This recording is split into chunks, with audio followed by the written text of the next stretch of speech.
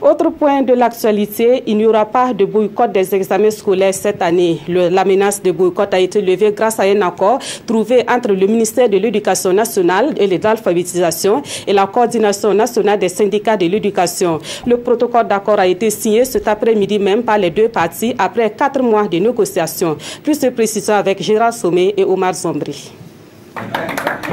Une poignée de main entre le ministre de l'Éducation nationale et le coordonnateur national des syndicats de l'éducation.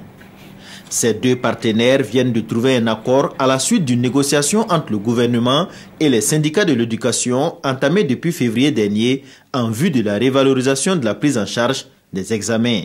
Avec ce compromis, la menace qui pesait sur le boycott des examens CEP, BEPC, CAP, BAC de la session 2017 vient d'être écarté. Tous les acteurs, gouvernement comme syndicats, se réjouissent que nous soyons parvenus à ce compromis qui permet dans notre pays que ces examens se tiennent à bonne date et se tiennent dans la qualité et selon les normes qui sont requises. Pour le coordonnateur national des syndicats de l'éducation, ce protocole d'accord est un pas en avant dans la lutte pour l'amélioration des conditions de travail des enseignants.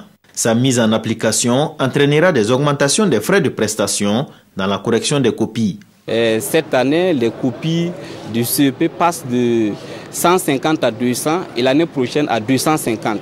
Pour le BPC, ça passe de 300 à 350 et l'année prochaine 400. Pour le BAC, la copie passe de 400 cette année à 450 et l'année prochaine 500. Cet accord va coûter au gouvernement plus de 3,5 milliards de francs CFA.